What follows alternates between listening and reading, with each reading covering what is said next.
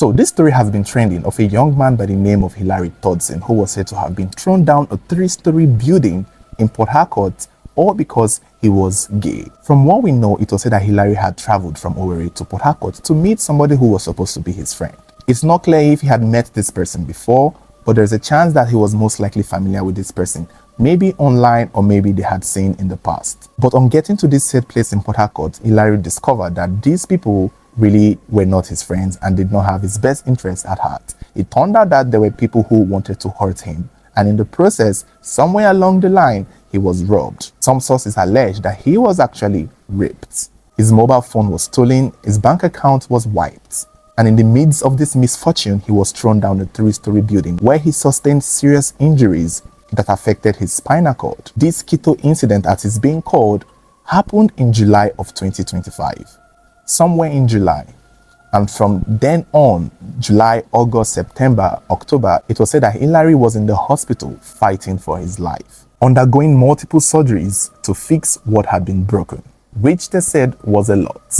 Put in mind that we are only hearing this story from his friends. His immediate family members had not said anything, so we don't know if they are chasing legal actions, police actions, to find the people who did this. And in my opinion, since this happened in July, they should have started something on this note, if at all they were going to chase justice for him. Now, although this is being marked as some sort of homophobic attack, let's not forget that this is also murder in its sense. A young man has been killed, and therefore his killers should be brought to book. And to me, it should not be difficult to find these people who did this to this young man. For one, Hilary had 3 months. And I think in those 3 months, despite it must have been the worst 3 months of his life, he would have had time to communicate with his family. For us to know the story, he may have said something to someone. And I hope from all the things he had said, the names of these people were mentioned. When and where he went to meet these people would be mentioned. The house or building where he was thrown down from should be mentioned. The address should be known. The names, pictures, and details of the people or the person he was chatting with that he went to see should have been given out to the police by now. I would hope he had done this.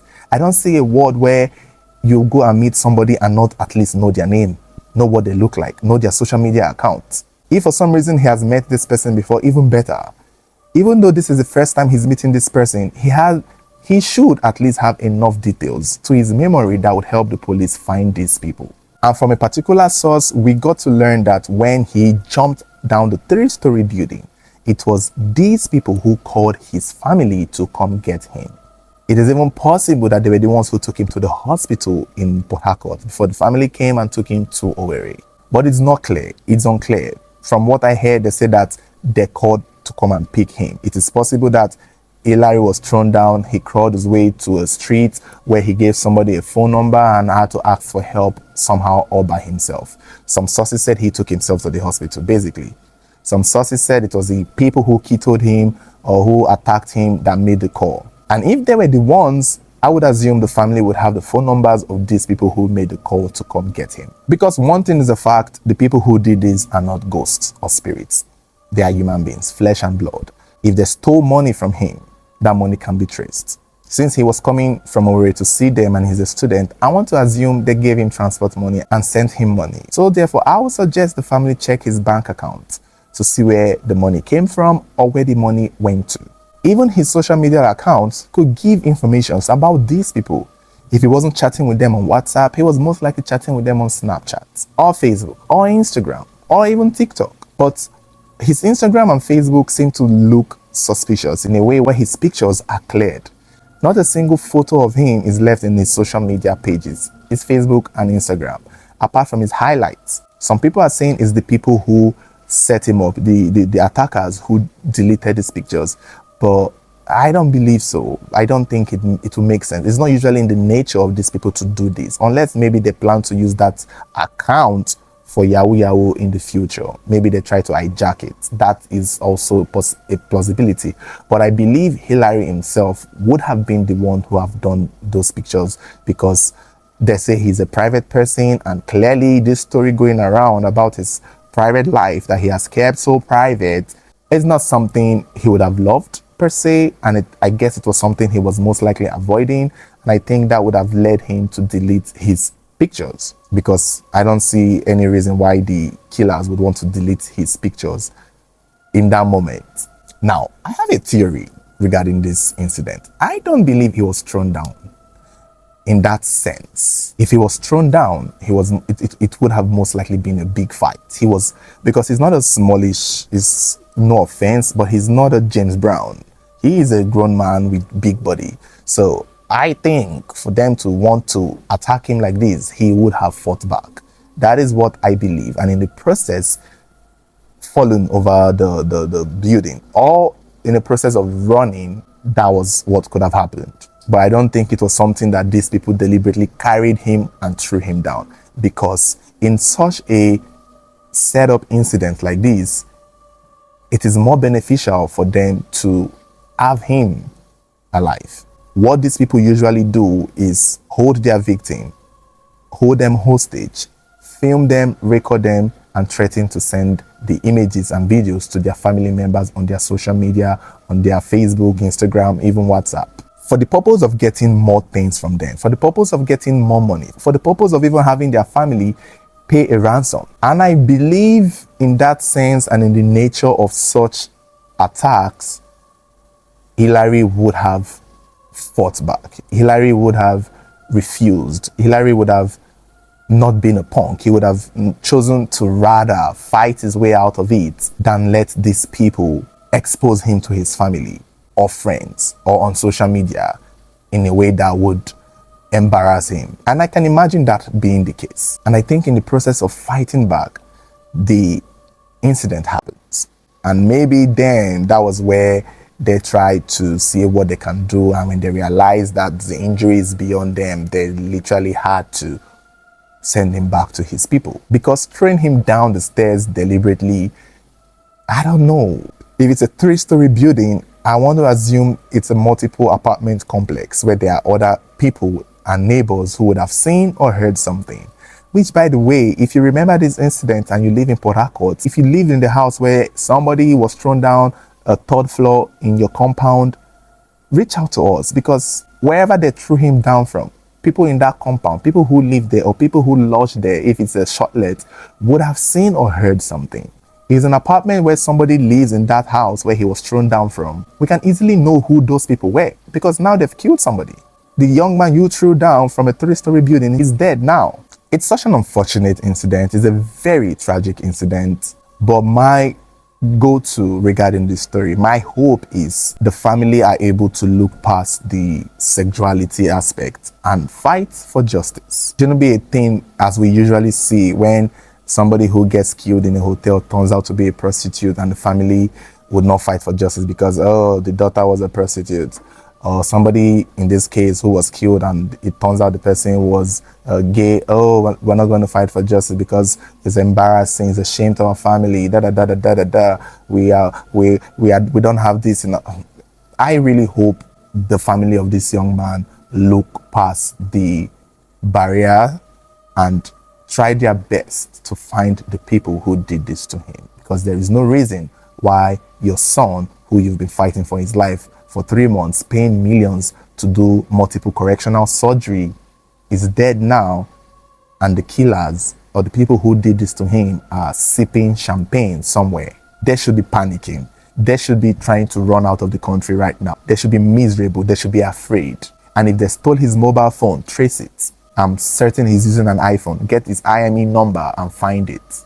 If they have sold that iPhone by now, which I believe they have, somebody is using it, find that person, and the person will tell you who sold it to him. If they wiped out his account and transferred money from it, the money went somewhere. Money is traceable. Whether they used POS, it can be traceable. Whether they sent transfer, whether they blew powder on that phone to make the money fly out, the money has gone somewhere. A debit has been made and a credit has been made in someone's bank account. And you can trace that person. If the people called you to come and pick his body, use their phone number, find that phone number and find the person who made that call to tell you that your son has fallen down, come get him. That person may not know or have anything to do with this case. If it was, let's assume he was picked on the street fighting for his life, at least the person know where and how they can trace the house that this young man crept out from.